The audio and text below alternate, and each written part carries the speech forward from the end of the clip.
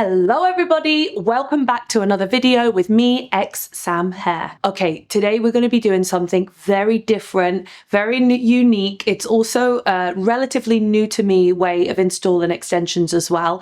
And it is going to be the perfect way to approach situations where you are dealing with hair loss, hair thinning, and everything hair loss related. This is a really safe way to install weft extensions on hair that is fine, fragile, maybe has succumbed to breakage or it has bald spots, all the different things within that hair loss realm. This technique is going to be the way that you can approach those installs. If you are on that side of Instagram and TikTok, you would have seen that there's lots of talk around those mesh integration systems, which are amazing and they are designed for the top of the hair. However, what I'm going to be showing you today is something that is designed for this area of the hair, maybe even the sides, but it's mainly the bulk of the install, and it is a way that you can safely install wefts on your client without creating any tension on the natural hair. So without further ado, let's get into the install, and I'm going to be going through the different tools that we'll be using because there are a few new things in here and I will be telling you exactly where to buy them from. So let's pretend that we have a client that comes in and they have really good density all throughout, but then as you're going through it, you realize that there's a patch maybe in this area here that is really low density. Maybe they have gone through some sort of hair loss, whether it's hormonal or due to medication that they're on, and then this is what you're left with. This hair here, you can see it's very, very low density. So if I was to go in and put on a really heavy weft like this, it would put a lot of tension on that natural hair. It wouldn't be able to support it. However, there are ways now where we can use a mesh integration system to then go in and safely install these wefts, and it's not going to put pressure on the natural hair. So let me show you how we would do that. So how I'm going to start is by finding out where that low density area is and then sectioning above that. So I've sectioned that off and I'm just going to go in and clean that up a little bit. All right, so how we're going to bead now is exactly how we would normally bead a row. And I'm going to still make sure that I'm working a little bit away from the hairline, because if they do wear it up or in a pony, you don't want anything to stick out. So I will start my beaded foundation, and there's no difference here between how we're doing our beaded foundation. It's just going to be the same as how I always do it. Okay, so now that I've finished that beaded foundation, again, always making sure that I'm still not working too close to those sides. What I'm going to do now is I will flip up those beads so they're out of the way. And then once I've flipped them up, this is where that mesh comes into play. So I'm going to be using this mesh. It is actually from Mesh Mastery. So all the tools I'm using today is from them. I love this mesh because it has just the right amount of stretch in it. You want to be mindful when you're choosing your mesh that it doesn't have too much stretch, because then your beads are going to pop out. So you want to make sure that it's stretchy, not too stiff. It's like the perfect in between. Of course, you'll be matching that mesh to the client's color, but for the sake of today, I'll just be using this one. And I know the color doesn't match, but it's close enough. So what I'm going to do with my mesh now is I'm going to line it up underneath my beads, and then I'm going to cut it to the size that I need, leaving a little bit of room because I will go in and cut it again at the end. So I'll mark out where I want it. I'm just going to pin it onto my foundation like so. It's so funny because within wefts, there's so many similarities within this. That's why I think if you are looking to take a class like this, it's definitely important that you have weft experience. Otherwise, I think you'd be struggling. And then I know I've got overhang, but it doesn't matter. I'm just going to cut off some excess at the sides. And then if you feel like this is going to get in your way, you can even just trim that a little bit too. And I always keep my mesh, I just put it in a bag, because even these little pieces might come in handy in the future. So I always hold on to it. And one thing that you always want is you want to make sure that you're keeping tension within your mesh so that it just clings to the head. You never want any little bubbles or air pockets. You want to make sure that it's locked in and secure to the head. So I'm going to start down here and then I'll work my way to the sides. So as I go, you can see I'm just stretching it out, and then I can just pin anything where I want it to hold. And I'm going to go about 1, 2, 3, 4, 5 holes down and just start pulling out that hair. And again, 5 holes, pulling out that hair. So this is just a little crochet hook, and then that will help you pull out that hair, because then what we'll be doing is putting a bead here. And I'm going to be doing this all the way to the end. So once I'm happy with that, I'm going to let down this little bead, and how we're going to do it is we're going to just waterfall it into this. So I'll take this piece of hair here and then this piece that I've hooked out, and I'm going to waterfall it into here through the means of a bead. Always making sure that I'm keeping that tension and making sure it's nice and close to the scalp. And then again, we're just waterfalling all of those beads and hairs into each other. And I'm pushing into the head as I go to make sure that I'm keeping everything nice and close to the scalp. You don't want it to feel like it's already grown out. You want it to feel really nice and secure. And I'm just kind of pulling and maneuvering that mesh as I go, because I want to make sure that I'm not causing any loose areas of that mesh. And then that is my first beads, and then it's working all the way down to this nape area here. And then now I'm going to just keep doing the same all the way around. And one thing that you always want to do is just make sure that you're keeping this mesh nice and taut. If you have any sort of wiggle room in that mesh, it's going to cause you to have bubbles here. So now I'm going to just do the same as I did last time, and I'm just going to go 1 2 3 4 5. Okay, now that I'm happy with that, I'm going to flip this bead down now, and then I'm going to again waterfall this down. This technique is also really good for people that have fine hair, and you know, maybe they could support the weight of a weft normally, but let's say they are that client that likes a lot of hair, and you know that they can't wear a lot of hair safely. So for someone like that, this is also a really great technique that you can utilize. Pivoting and adjusting that mesh, because I want everything to be nice and snug to the head.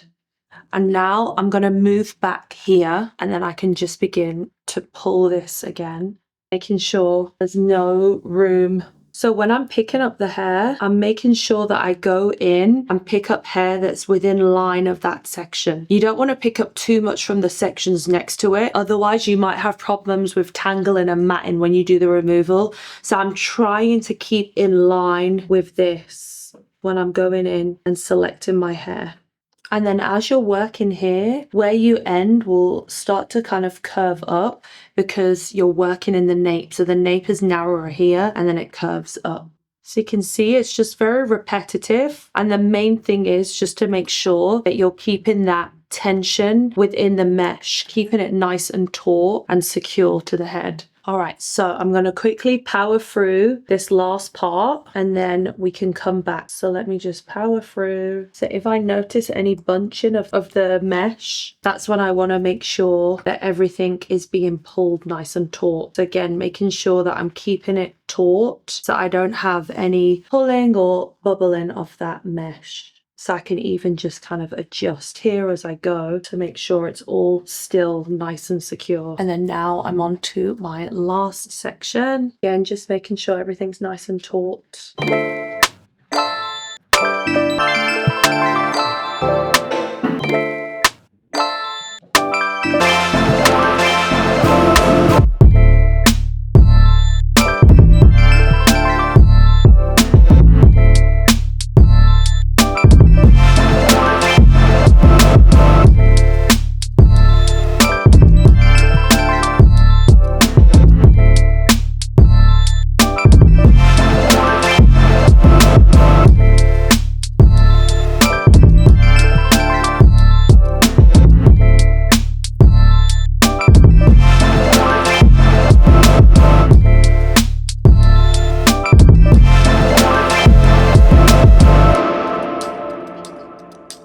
So what I'll do now is I'll just check where that last bead is to make sure I'm not working too far down into that nape. And then I will do the same on this side as well. Perfect.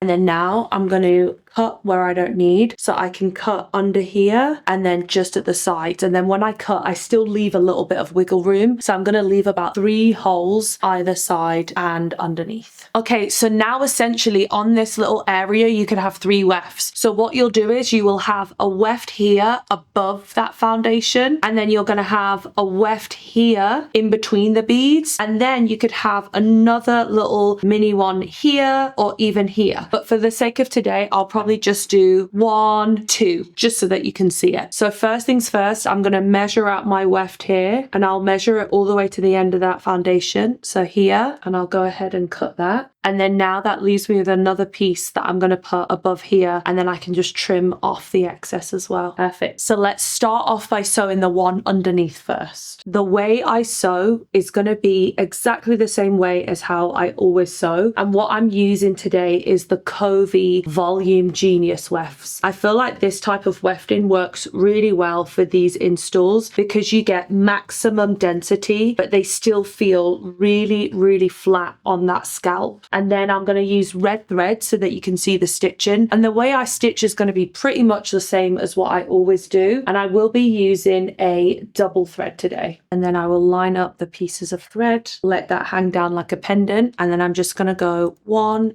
2, 3, pull that through. So it's exactly the same way as I always do. But like this part is the easy part now. That foundation is the more trickier part, but now sewing into those wefts is just the same as what we always do. So now what I'm going to do is I'm going to go down under that mesh. So can you see where my needle is? We're going through the mesh. We're never going through any of those beads or hairs in the foundation. We're only going through the mesh. So the reason that we're doing that is because we want the mesh to take on the weight of the install, not the natural hair. Drop it down, split this into 2, and that's my lock stitch. I'm pulling up to secure. And then now I'm going to have another stitch through the mesh itself here, and then I'm going to tie that down 1, 2, and then to make sure that this isn't going anywhere, I'm going to just do it one more time here, just underneath that mesh, just through that mesh here, and we'll go 1, 2. So now you can see why it's important to leave a little bit of that mesh, because we want to make sure that we're able to attach it at the ends so that the corners don't flap. And then now we're just going to go back on itself. I'll just do 1 stitch under the weft, not through the mesh here, just to make sure it's uniform, and then we'll just continue those blanket stitches all the way until we reach the end. And then when I go to the bead, I'm just going next to the bead. We're never going through the bead. We're only going in the mesh.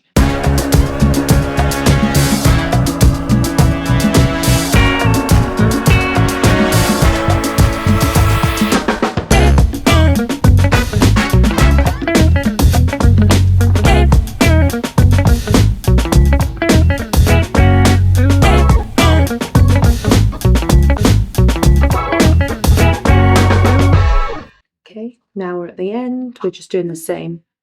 1, 2. Okay, now I'm just going to go back on myself under here, just under the weft, blanket stitch, and then here I'm going to do my tie off under the mesh and under the weft. 1, 2, 3, and then I'm just going to pull that up to secure. And then I'm just going to trim off my thread, and then I'll just tie this 3 times. 1, 2, and 3. And then trim off this. And then I will just trim this little piece of weft off as well. So now you can see I'm on my second row, and I'm just repeating exactly what we did on that first row. All of these stitches are honestly the same as what you would have seen before in my other videos. The only thing that varies with this is that foundation. So that mesh foundation is the one difference here, and that mesh is really good because that is what is going to support the weight of those wefts. So for this type of service, I feel like the most time consuming part is that foundation, and then sewing in the wefts is really straightforward. So how I would price it is, I would price it exactly how I would a weft row. So whatever you price your weft row at, plus the cost of the hair. And then I do notice for installs like this, I am leaning more towards those Volume Genius wefts as well. And these are Covey hair. So now I'm just tying off that weft and it is done. I love this install, and I think I'm going to be utilizing it a lot for my clients that have those low density areas on their head. It's also really good for clients that maybe they have alopecia, they have certain areas that may be prone to hair loss, if they have trick, anything like that. So yeah, I hope you enjoyed this, and I will have another video coming soon where we have the mesh integration on top of the head. But I love this technique, and I hope you guys use it and love it just as much as I do. And comment down below the video that you'd like me to make next. And please don't forget to like and subscribe. Thank you guys, and I will see you in the next video.